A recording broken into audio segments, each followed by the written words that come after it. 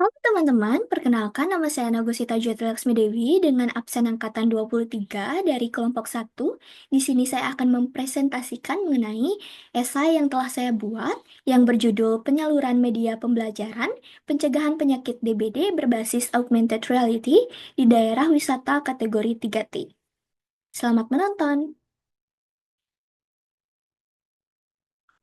Baik, pembahasan yang pertama yaitu merupakan wisata alam Indonesia.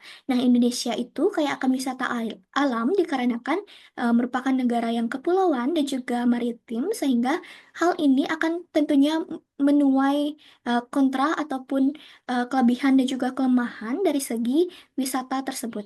Nah, dari segi kelebihan itu tersendiri, hal tersebut akan menjadi daya tarik utama bagi wisata lokal ataupun wisatawan lokal dan juga wisatawan mancanegara. Nah, dari segi pariwisata itu akan tentunya mendukung ekonomi dan juga membuka dari segi lapangan pekerjaan sehingga bisa menekan dari eh, kasus ataupun dari banyaknya tingkat pengangguran di Indonesia. Namun dari segi kelemahan terkait mancanegara di sini ataupun wisatawan lokal itu masih ingin mengekspor banyak wisata alam yang ada di Indonesia, akan tetapi banyaknya akses ke wilayah wisata tersebut yang masih sulit dan juga infrastrukturnya yang terbatas, minimnya fasilitas kesehatan dan juga informasi terkait wisata tersebut menyebabkan beberapa dari mereka itu mengurungkan niatnya.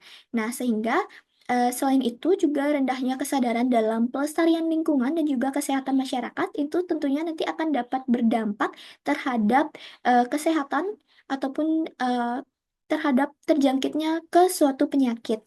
Berikutnya, di sini kita akan bahas mengenai permasalahan lingkungan dan juga kesehatan yang dialami oleh Indonesia. Nah, jadi permasalahan lingkungan dan kesehatan di daerah wisata itu terutama di daerah yang wilayah 3T atau daerah terpencil dan juga wilayahnya itu mungkin tertinggal, itu masih menjadi tantangan yang cukup serius. Nah, dari rendahnya edukasi kesehatan, buruknya sanitasi, hingga kekurangnya kesadaran akan pelestarian lingkungan itu tentunya dapat meningkatkan dari segi resiko penyakit. Nah, contoh penyakitnya itu ada seperti demam berdarah dengue atau DBD, di mana penyakit ini ditularkan oleh nyamuk Aedes aegypti dan juga Aedes albopictus, sehingga dia masih memiliki banyak eh, terjangkit suatu penyakit juga. Nah, berikutnya, dari segi kurangnya pemahaman tentang pencegahan dari DBD di kawasan wisata yang terpencil atau 3T mungkin masih berdampak pada kesehatan masyarakat dan juga tentunya wisatawan, serta dapat mengancam dari segi sektor pariwisata itu tersendiri. Berikutnya, di sini kita akan membahas mengenai gejala DBD.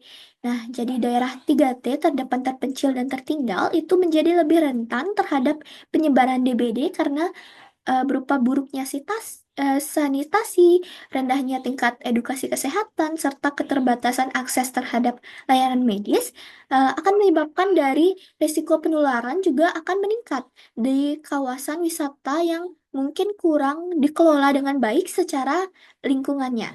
Nah, adapun gejala DBD yaitu yang pertama demam tinggi yang mendadak, nyeri otot dan sendi, ruam kemerahan hingga ke bintik-bintik di kulit. Nah, berikutnya di sini kita akan membahas mengenai statistik dari kasus DBD. Di sini saya peroleh dari Kemenkes, yaitu tahun 2020 itu menurut data Kemenkes itu tercatat sebanyak 108.303 kasus DBD dan juga 747 angka kematian. Sedangkan pada tahun 2021 atau satu tahun setelahnya itu terjadi penurunan sebanyak eh, 20 ribuan sehingga dia menjadi 73.518 kasus dan juga 705 kematian. Nah, meskipun mengalami penurunan, angka ini masih tergolong yang cukup besar sehingga Indonesia itu masih termasuk ke salah satu negara yang memiliki kasus DBD tertinggi di dunia. Nah, penyakit ini tidak hanya menimbulkan dampak fisik serius, tetapi juga beban ekonomi yang signifikan bagi keluarga yang terdampak, terutama di wilayah-wilayah yang kurang memiliki akses terhadap fasilitas kesehatan dan juga edukasi pencegahan itu tersendiri. Nah, berikutnya di sini ada augmented reality atau AR, itu merupakan teknologi yang diusulkan sebagai media pembelajaran yang lebih inovatif dan juga dapat mengatasi dari tantangan yang sudah saya sebutkan tadi. Nah, AR ini juga akan mampu menghadirkan informasi secara visual, interaktif, dan juga menarik yang lebih mudah kita pahami ataupun masyarakat termasuk dari kalangan anak-anak hingga ke kalangan dewasa. Nah, nantinya di AR ini kita akan diajak ataupun diberikan informasi yang interaktif terkait dengan mulai dari cara mencegah dari DBD dan juga cara menghindari gigitan nyamuk dan lain sebagainya yang tentunya akan menyenangkan. Berikutnya dari manfaat AR dalam pencegahan DBD itu ada empat yang merupakan menyediakan visualisasi yang interaktif, materi berupa animasi, sehingga dia tidak membosankan dan juga meningkatkan kesadaran masyarakat lokal dan juga wisatawan. Berikutnya ada berupa simulasi yang nyata. Baik, di sini ada dampak positif dari penggunaan AR itu tersendiri, yaitu edukasi yang lebih menyenangkan, mendorong perilaku yang preventif, di mana perilaku yang preventif ini wajib kita terapkan untuk bisa mencegah dari adanya suatu penyakit yang terjangkit. Berikutnya, eh, hal itu akan berdampak juga ke membentuk kesigapan atau kesiapsiagaan dari masyarakat dan juga dapat menjangkau warga. ER itu dapat menjangkau warga secara menyeluruh, jadi dia tidak terbatas, sehingga dia bisa menjangkau ke wilayah yang tiga t tadi juga. Berikutnya, di sini yang terakhir ada referensi yang saya gunakan. Baik, sudah. Sekian presentasi dari saya. Mohon maaf apabila ada hal yang kurang berkenan.